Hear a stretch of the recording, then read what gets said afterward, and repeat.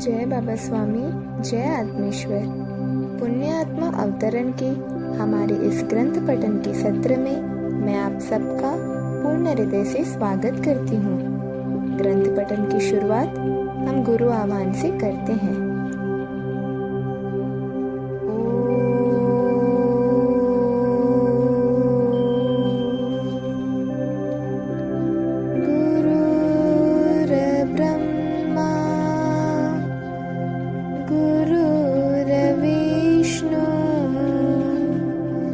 गुरुर्देवो महेश्वरा,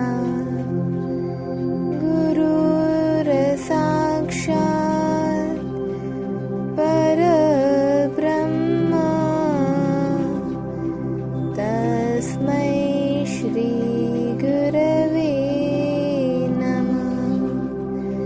तस्मै श्री गुरवे नमः। तस्मै श्री गुरवे नमः।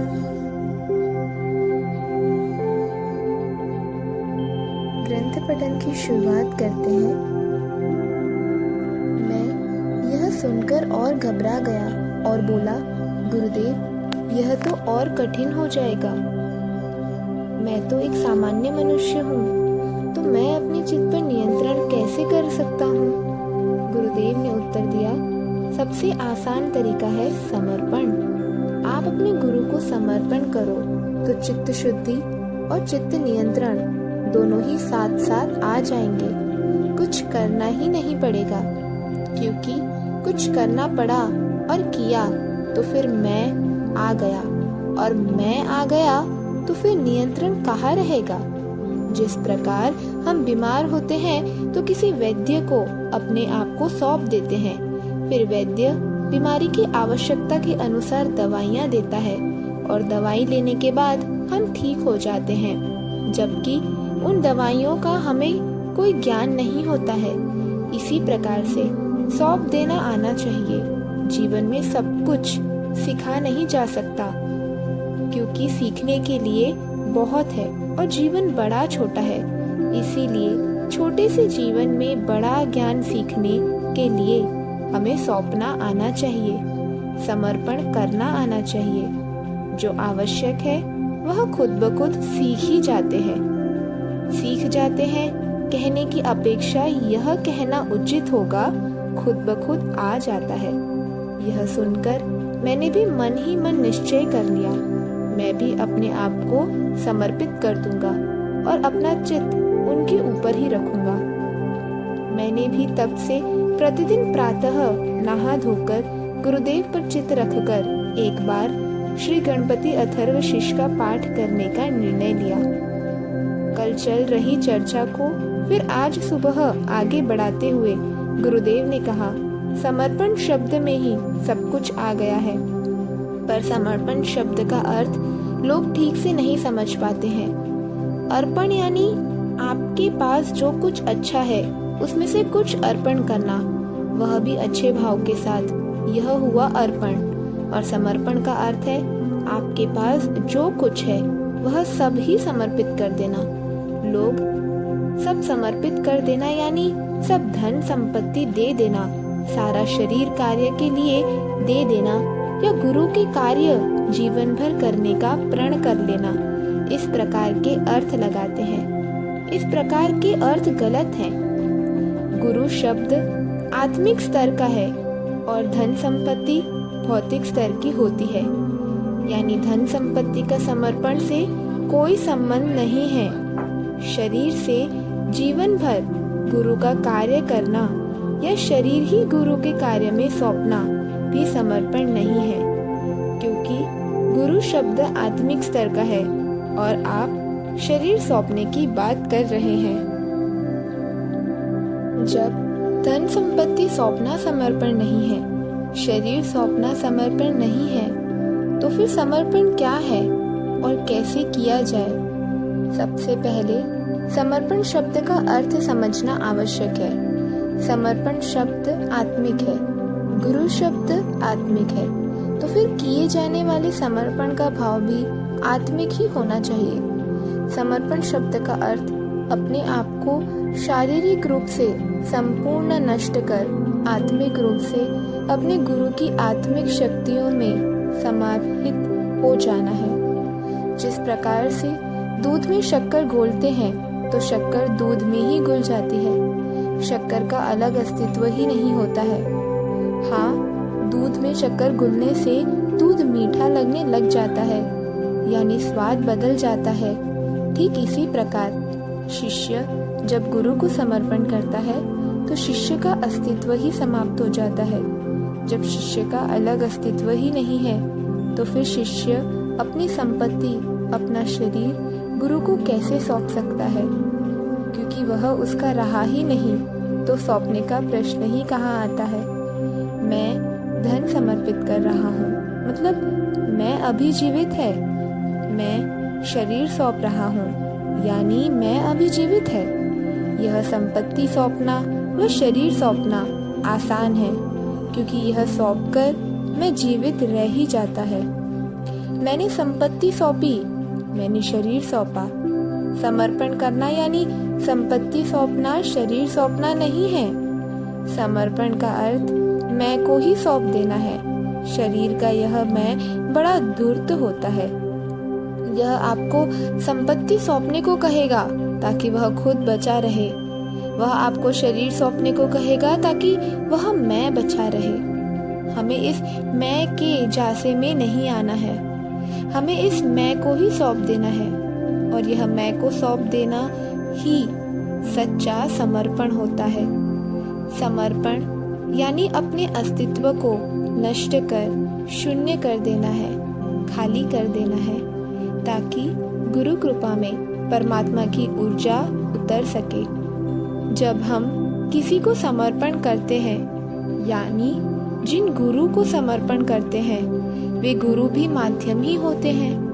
वास्तव में गुरु के माध्यम से हम परमात्मा को ही अपना समर्पण करते रहते हैं, तो हम ही परमात्मामय हो जाते हैं। लेकिन यह समर्पण आत्मिक स्तर पर होना चाहिए, अन्यथा मैं कभी भी आपको किसी भी स्तर से गिरा सकता है। गुरु के प्रति समर्पण का भाव केवल झुकने से ही निर्मित हो जाता है, बशर्ते झुकना शारीरिक न होकर भीतर से होना चाहिए, क्योंकि झुकने के साथ साथ हम शुद्ध होते जाते हैं। गुरु भी हमारे परमात्मा के सामने झुकने के निमित्त मात्र ही होते हैं। इन सब का अभ्यास करना होता है, इन सब की साधना करनी होती है। एक बार में समर्पण का भाव लाने से समर्पण नहीं हो जाता है। यह निरंतर करने की प्रक्रिया है, ताकि यह समर्पण बनाए रखा जा सके। जैसे एक बर्तन है जो गंदा है, दाग लगे हैं, तो हम उसे मांजते हैं और लगातार कई बार मांजते हैं तो कहीं जाकर वह स्वच्छ होता है। और वह चांदी का बर्तन स्वच्छ होने के बाद अगर ऐसे ही रख देंगे कि स्वच्छ हो गया, तो वह समय के साथ फिर गंदा हो जाएगा। यानी वह चांदी का बर्तन स्वच्छ हो जाने के बाद इसीलिए भी मांजना पड़ता है ताकि वह स्वच्छ ही बना रहे, गंदा ना हो। ठीक इसी प्रकार से एक बार पूर्ण समर्पण भी कर दिया तो भी उस भाव को बनाए रखना पड़ता है, ताकि अपने समर्पण का भाव सदैव एक सा बना रहे, उस पर समय की धूल न पड़े। यानी समर्पण करना और किए गए समर्पण के भाव को बनाए रखना, ये दोनों महत्वपूर्ण कार्य है। बनाए रखना अधिक महत्वपूर्ण है, क्योंकि न बनाए रखने पर पाया हुआ सब खो सकते हैं। इसीलिए समर्पण बनाए रखना अधिक महत्वपूर्ण होता है। और यह निरंतर साधना की तरह रोज ही की जाने वाली प्रक्रिया है। एक पत्थर भी पड़ा रहा तो उस पर भी धूल व कचरा जमा हो जाता है। समर्पण तो जीवित व्यक्ति के आत्मा का भाव है, इस पर भी आसपास के लोगों का बुरा प्रभाव पड़ सकता है। इसीलिए समर्पित साधक के लिए अपना समर्पण का भाव बनाए रखना आवश्यक हो जाता है। क्योंकि हम जिन लोगों के साथ रहेंगे उनका भी बुरा प्रभाव हम पर पड़ता ही है, और जो समर्पित नहीं होते उनका तो प्रभाव पड़ना ही है, क्योंकि उनका मैं ईर्ष्या को रखता है। मैं अभी तक पूर्ण समर्पित नहीं हो पाया, यह कैसे पूर्ण समर्पित हो गया? यानी आध्यात्मिक क्षेत्र में भी ईर्ष्या रहती है। इसीलिए यहाँ अच्छा है तुमसे ईर्ष्या करके तुम्हें दूषित करने वाला कोई नहीं है, क्योंकि तुम यहाँ पर अकेले ही हो। तुम्हें चित्त को भीतर की ओर ले जाना चाहिए, क्योंकि तुम्हारे भीतर ही सब कुछ खजाना रखा हुआ है। वह खजाना तुम्हें भीतर गए बिना प्राप्त नहीं हो सकता है, क्योंकि वह पाने में तुम सफल हो जाओ तो सत्य प्रेमी आत्माओं के लिए एक नई संभावनाओं का द्वार खुलेगा। भीतर जाओ और भीतर जाओ और खोजो कि मेरा अस्तित्व क्या है। भीतर जाओगे तो पाओगे कि सारा ज्ञान की सागर भीतर ही भरा पड़ा है। एक कस्तूरी मृग जैसी तुम्हारी स्थिति है। कस्तूरी मृग की नाभि से कस्तूरी की खुशबू फैलती रहती है और सब आनंद लेते रहते हैं। बस उसे ही नहीं मालूम रहता है कि कस्तूरी की सुगंध उसी की नाभि से आ रही है, और उस सुगंध की खोज में सारे जंगल में उस सुगंध को ढूंढते रहता है। बस तुम भी ऐसे ही कस्तूरी मृग हो कि तुम्हें मालूम ही नहीं है कि सुगंध बाहर से नहीं तुम्हारे ही भीतर से आ रही है। मैं तो बड़ा गंभीर हो गया। कौन सा ज्ञान भीतर भरा हुआ है? ये गुरुदेव भी पुराने गुरुदेव की तरह भीतर जाने के लिए ही कह रहे हैं। इसमें कोई ना कोई रहस्य अवश्य है। मैं अपने आप को ही एक रहस्यमय व्यक्ति समझने लग गया और एकदम लगा कि गुरु तत्व बाहर से अलग अलग भले ही लगे, लेकिन अलग होते नहीं हैं। दोनों गुरुदेव एक ही बात कह रहे थे, भीतर जाको, भीतर जाओ और भीतर जाओ। यही की यही बात पहले वाले गुरुदेव ने भी कही थी। पता नहीं क्यों ऐसा लगा ये दोनों गुरुदेव मुझे गणित का वह सवाल सुलझाने को दे रहे हैं जिसका उत्तर ये जानते हैं, जो इन्हें मालूम है, मुझे मालूम नहीं है। मैंने भविष्य में झांकना ठीक नहीं समझा।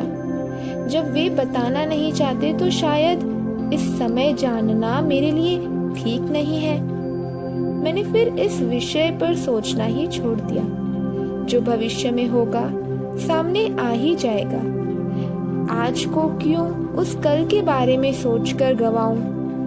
यह सच प्रतीत हुआ। मैं आज में प्रसन्न था, खुश था, गुरुदेव के सानिध्य में था। रात होने वाली थी। मैंने भी सोना ही उचित समझा और सोने चला गया। दूसरे दिन गुरुदेव की व्यस्तता के कारण बात नहीं हो सकी, लेकिन शाम के समय मैं गुरुदेव के साथ पहाड़ के शिखर तक गया। वहीं पर हम दोनों बैठे रहे।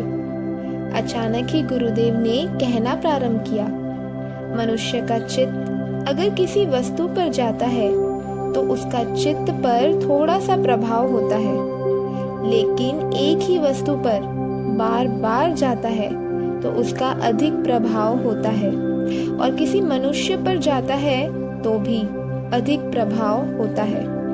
और एक ही व्यक्ति पर बार बार जाता है तो उसमें चित्त नष्ट ही हो जाता है।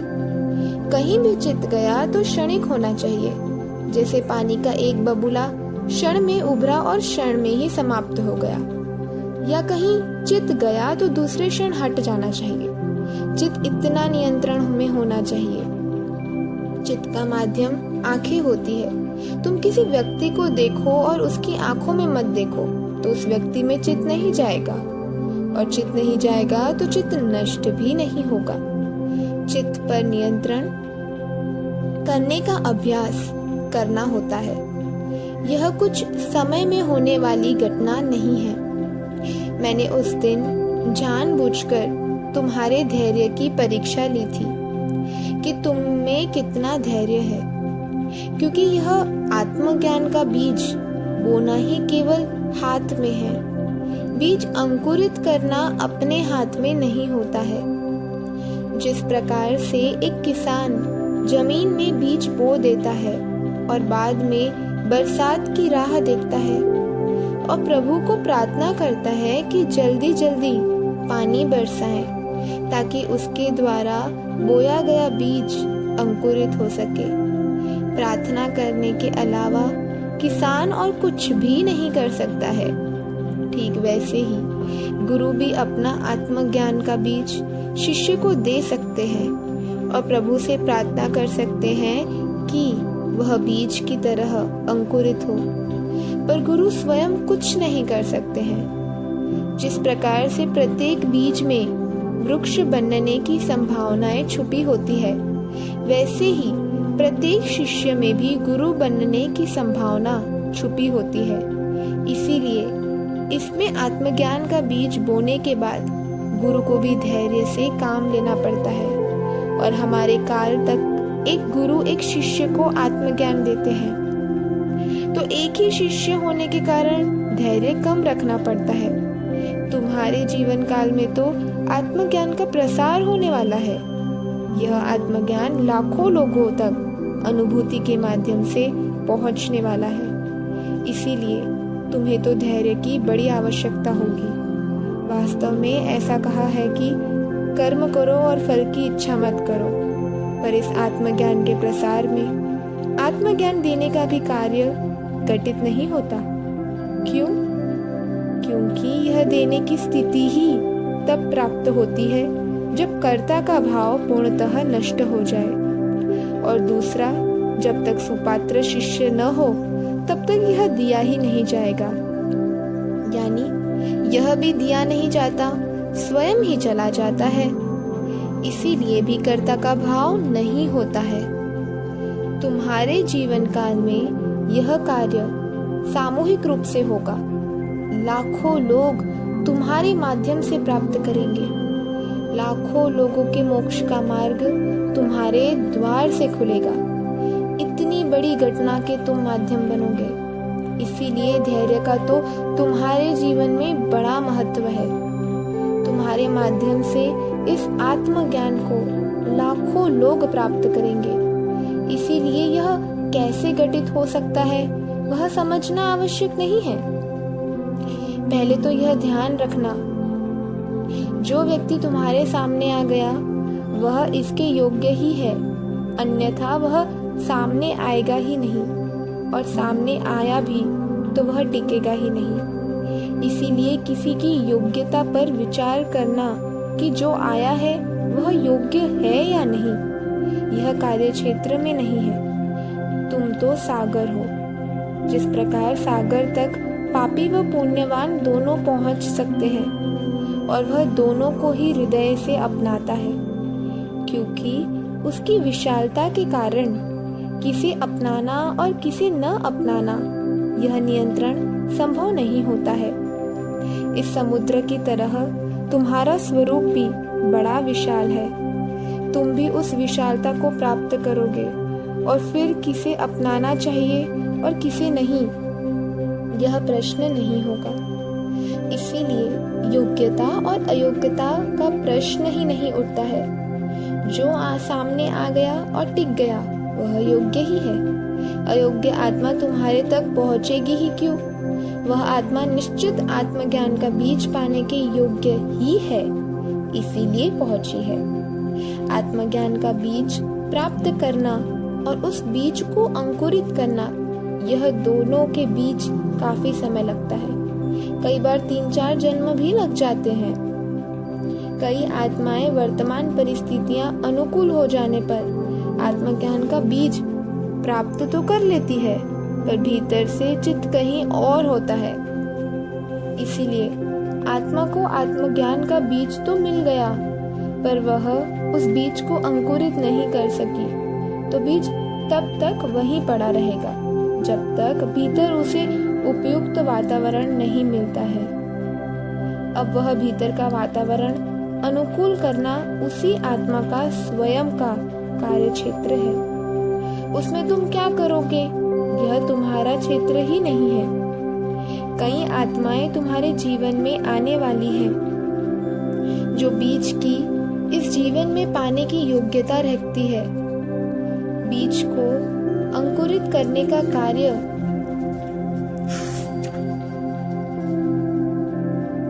और उसकी योग्यता नहीं रखती, तो वह इस जन्म में बीज प्राप्त करेगी और अगले जन्म में बीज अंकुरित होगा। अधिकतर ऐसा ही होता है। आत्मज्ञान का वृक्ष निर्मित होने में अनेक जन्म लगते हैं। इसीलिए तुम्हें केवल बीज बोने का ही कार्य करना है। वे बीज अंकुरित ही हो यह मत सोचना। इसीलिए यदि वे अंकुरित नहीं हुए तो निराश मत होना। वे अंकुरित अवश्य होंगे, क्योंकि यह एक अच्छी किस्म का बीज है। इसीलिए यह बीज अंकुरित अवश्य होगा। हाँ, यह बीज कब अंकुरित होगा यह पता नहीं है। ऐसा इसीलिए होगा कि ये वे आत्माएं हैं जिन्होंने आत्मज्ञान के बीज को न जानते हुए ग्रहण किया है। वे आत्माएं संसारिक मायाजाल में इतने लिप्त होंगे कि इस बीज का एहसास ही उन्हें नहीं होगा। क्या तुमने उन्हें दिया यही एहसास न होगा। जब उस आत्मज्ञान के बीज का कोई महत्व ही मालूम नहीं है, तो स्वाभाविक ही है कि जो मिला गया आसानी से ही ले लिया, क्योंकि तुम्हारे देने की और उनके लेने की घटना बड़ी आनंददायी होगी। इसीलिए वे लेने के लिए आसानी से राजी हो जाएंगे, भले ही वे उसे जानते भी नहीं हो, और तुम क्या हो यह भी जानना उन्हें आवश्यक नहीं है। यह तो ऐसा ही है कि एक दरिद्र मनुष्य को बहुमूल्य हीरा दिया जाए। हीरे की चमक और देने वाले देवता का आकर्षण रूप देखकर हीरा ले तो लिया, पर वह बहुमूल्य हीरा है यह पता नहीं है। उसे लिया और रख लिया। अब जब तक उसे यह ज्ञान कराने वाला न आए कि तुमने जो लिया है वह हीरा है, तब तक उस हीरे का मूल्य ही नहीं है। ऐसा ही लोगों के साथ होगा, क्योंकि ठीक ऐसा ही तुम्हारे साथ भी तो हुआ है। तुम्हें तुम्हारे गुरु ने क्या दिया है, उस आत्मज्ञान के खजाने को तुम जानते ही नहीं, और वे देने वाले साक्षात परमात्मा थे यह भी जानते नहीं हो। न तुम देने वाले को जानते हो और न ही तुम शिव बाबा ने दिया है वह क्या है यह जानते हो। यहाँ तक कि तुम स्वयं को भी जानते नहीं हो। और मेरी अवस्था तो ऐसी है कि आज कुआं ही प्यासा के पास चला आया है। तुम जो बाहर खोज रहे हो वह सब तुम्हारे ही भीतर है। हम सभी गुरु एक ही कार्य कर रहे हैं। तुम्हें देने वाले श्री शिव बाबा को तुम जानो, तभी तुम्हें उन्होंने क्या दिया है वे जानोगे, और वह जाना तो ही स्वयं को भी जान पाओगे। सारा रहस्य भीतर है। भीतर जाओ और अपने गुरु को जानो। हम सब गुरु जानते हैं कि तुम्हारे भीतर क्या है। ये पशु पक्षी जानते हैं कि तुम्हारे भीतर क्या है, बस तुम ही नहीं जानते कि तुम्हारे भीतर क्या है।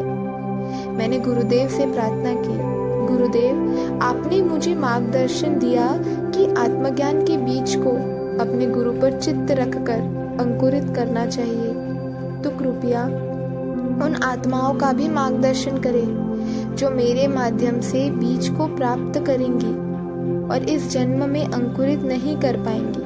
वे इसी जन्म में ही अपना आत्मज्ञान का बीज अंकुरित कर सके। आप करुणा के सागर हैं। आप यह रहस्य बता दे तो बड़ी कृपा होगी। जैसा मैं आपसे लाभान्वित हो रहा हूँ, मैं यहाँ तक पहुँचा, वे आत्माएं थोड़ी पहुँच पाएंगी। इसीलिए कृपया उन आत्माओं की प्राप्ति और उनकी प्रगति का मार्ग बताने की कृपा करें। उसी समय गुरुदेव की आंखों में आंसू आ गए और बड़े भावपूर्ण होकर बोले, अरे पगले, मैं आज जान गया कि दूसरों को आत्मज्ञान मिले तेरी इसी इच्छा के कारण ही श्री शिव बाबा ने तुझे अपना माध्यम बना लिया। श्री शिव बाबा साक्षात परमात्मा थे। तुम सचमुच भाग्यवान हो कि तुम्हें उनका सानिध्य प्राप्त हुआ था। आत्मज्ञान में प्रगति का मार्ग एक ही होता है। जो मार्ग मैं तुम्हें बता रहा हूँ वही मार्ग तुम उन्हें बता दो। प्रत्येक आत्मा के लिए अलग अलग मार्ग थोड़े ही होता है। आत्मज्ञान ही मोक्ष प्राप्ति का एकमात्र मार्ग है। जैसे मैं तुम्हें कह रहा हूँ कि श्री शिव बाबा को जानो, तो उन्होंने क्या दिया है वह जान पाओगे। जब उन पर चित्त रखोगे तो उनकी करुणा तो होगी ही। ठीक उसी प्रकार जिन आत्माओं ने तुमसे बीज प्राप्त किया है, वे अगर तुम पर चित्त रखकर तुमसे जुड़ेंगी तो अनायास ही उन्हें वह स्थिति प्राप्त हो जाएगी जो तुम्हें मिली है। तुम्हें अपना अस्तित्व समाप्त कर गुरु के साथ समाहित हो जाना है। उन आत्माओं को तुम में समाहित होना है। और तुम तो गुरुओं के गुरु सद्गुरु हो। तुमसे जुड़ना आसान होगा, क्योंकि जुड़ने वाली लाखों की सामूहिकता को इस इतनी बड़ी सामूहिक शक्ति के साथ जुड़ना आसान होगा। अरे बाबा, एक मिट्टी में पड़ा हुआ बीज अगर किसी बड़े वृक्ष को बार बार देखेगा तो वह न चाहते हुए भी अंकुरित हो जाएगा और उस बीज को वृक्ष बनने की प्रेरणा मिलेगी। और वह बीज कब अंकुरित होगा और वृक्ष बन गया, यह उस बीज को भी पता नहीं चलेगा। सब परमात्मा की कृपा से हो जाएगा। और जो जीवन में होता है वह और जो हम करते हैं उससे अधिक और बड़ी मात्रा में होता है। वह इसीलिए भी होता है कि हम सोचते हैं हमारी औकात के अनुसार। परमात्मा देता है वह तो उसकी औकात के अनुसार देता है। इसीलिए जो मार्ग मैंने आत्मज्ञान का बताया है वही मार्ग तुम भी लाखों लोगों को बता सकते हो। सत्य को जानने का, पाने का केवल एक ही मार्ग होता है, एक ही रास्ता होता है। साधारणतः मनुष्य कहाँ है, किस स्थान पर है, यह उसके जीवन में उतना महत्वपूर्ण नहीं होता है। महत्वपूर्ण होता है उस मनुष्य का चित्त किस स्थान पर है। जिस स्थान पर चित्त है वह उस स्थान से ऊर्जा ग्रहण करेगा। एक शिष्य को बीज जिस गुरु कृपा में प्राप्त हुआ है, उस बीज को वृक्ष बनने की ऊर्जा उसी स्थान में से मिलेगी, क्योंकि बीज बोते वक्त उन गुरु ने अवश्य ही यह सकारात्मक भावना रखी होगी कि यह बोया हुआ बीज एक वृक्ष अवश्य बने। ऐसी उदार भावना नहीं हो तो बीज बोने की प्रक्रिया ही नहीं हो सकती है। यह भावना बीज बोने वाले गुरु ही कर सकते हैं। उसी भावना को ही माध्यम बनाना होगा।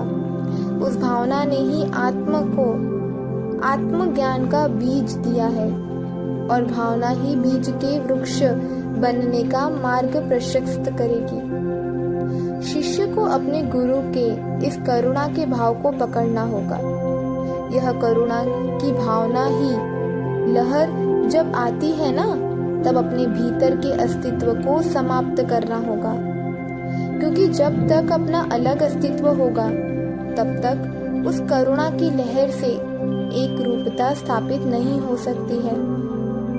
आत्मा को अपने बूंद के अस्तित्व को भुलाकर अपना अस्तित्व सागर में समाहित करना होगा। यह शिष्य को स्वयं ही करना होता है। वह कार्य एकदम निजी है। वह प्रत्येक व्यक्ति को स्वयं ही करना होता है। और कभी कभी तो लगता है कि यह केवल एकमात्र कार्य ही है जो करना है। बाकी सब कार्य तो जीवन में गुरु कृपा से ही घटित हो जाता है। यही एकमात्र कार्य है जो करना होता है। जिस प्रकार एक बीज अपने अस्तित्व को नष्ट करता है, वह यह कार्य अपनी स्वयं की इच्छा से करता है। बस यही एकमात्र कार्य है जो वह करता है। बाकी बीज से वृक्ष बनने का कार्य तो परमात्मा स्वयं ही प्रकृति के माध्यम से कर लेता है। परमात्मा एक विश्वव्यापी शक्ति है जो प्रकृति का संचालन करती रहती है। सर्वत्र व्याप्त होती ही है। बस उस परमात्मा की विश्वव्यापी शक्ति का अनुभव करने के लिए आत्मा की सुपात्र स्थिति चाहिए। ऐसा कहकर गुरुदेव ने यह चर्चा सत्र समाप्त किया। जय बाबा स्वामी, जय आत्मेश्वर। अब हम सब कुछ देर ध्यान में जाएंगे।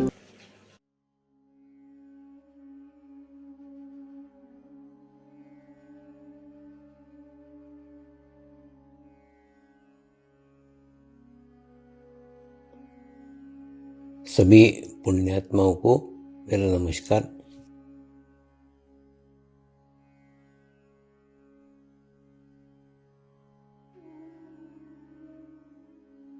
गुरुर्ब्रह्मा गुरुर्विष्णु गुरुर्देवो महेश्वरा, गुरु साक्षात् परब्रह्म तस्मै श्री गुरुवे नमः।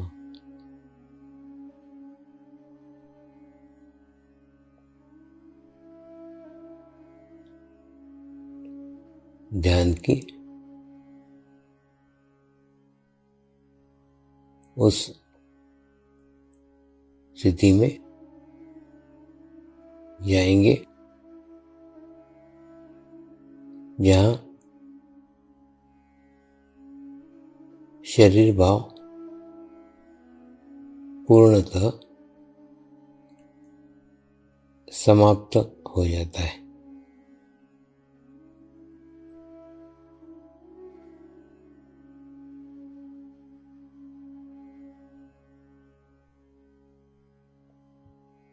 अपने पूरे शरीर को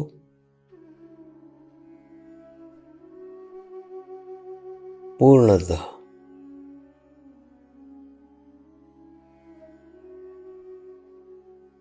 शिथिल छोड़ देंगे, एकदम रिलैक्स हो जाइए।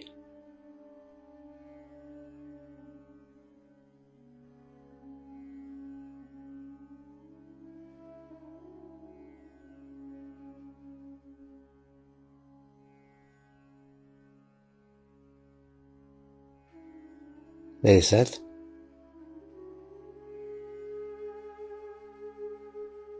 मंत्र का उच्चारण करेंगे। मैं एक पवित्र आत्मा हूँ।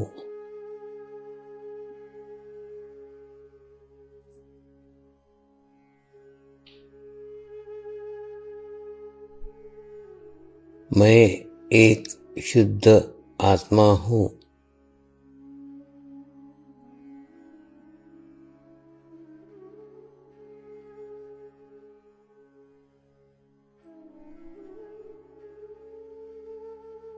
मैं एक पवित्र आत्मा हूँ।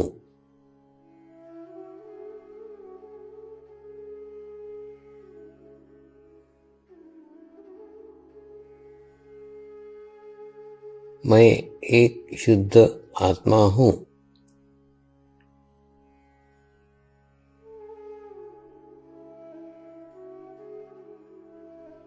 मैं एक पवित्र आत्मा हूँ।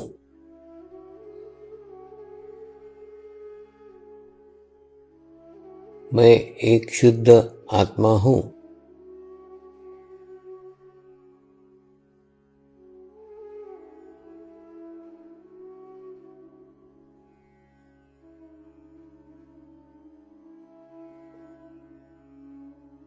अभी इसी आत्मा भाव को बनाए रखते हुए गुरु मंत्र का उच्चारण करेंगे।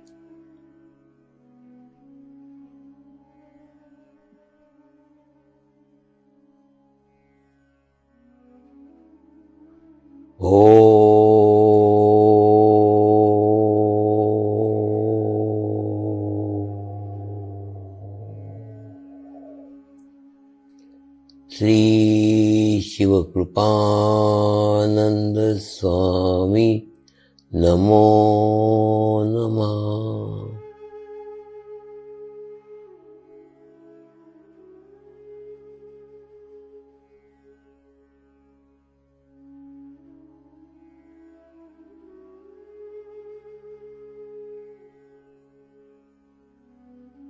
ओम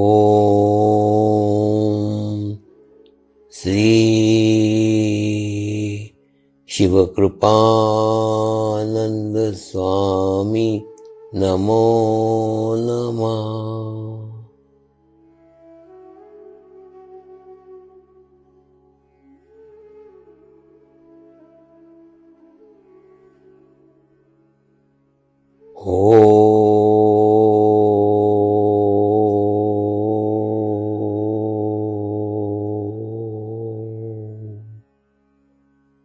श्री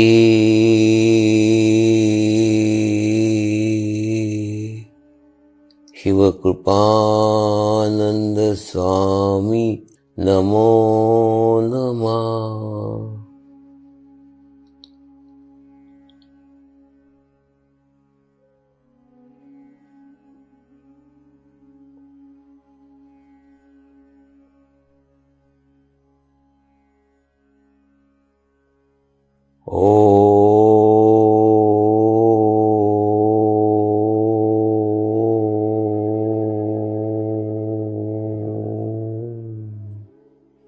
श्री शिवकृपानंद स्वामी नमो नमः।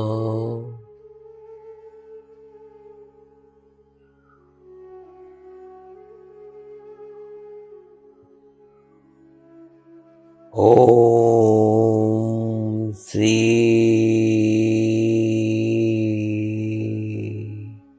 शिवकृपानंद स्वामी नमो नमः।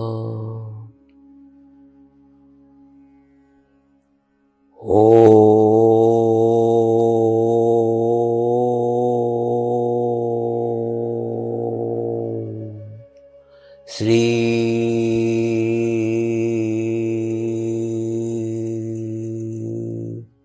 शिवकृपानंद स्वामी नमो नमः।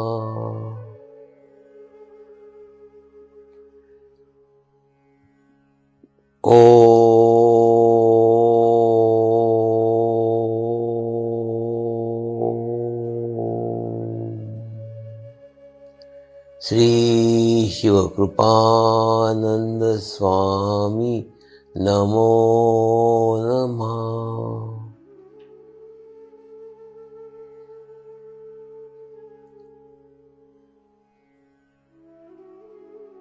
ओम श्री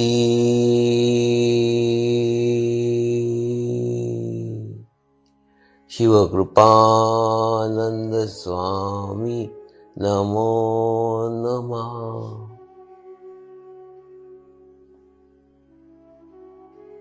ओम श्री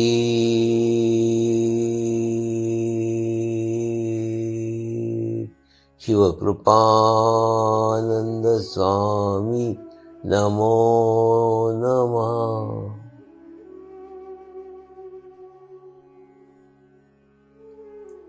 अब आप अपना चित्त सहस्त्रार पर रख के थोड़ी देर के लिए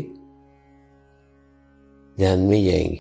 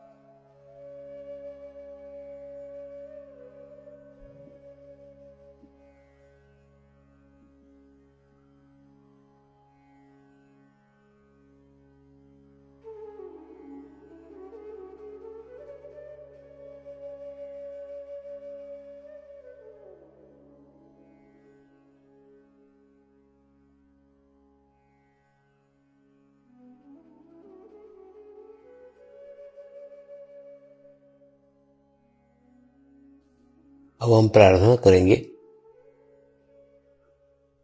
सभी आत्माओं की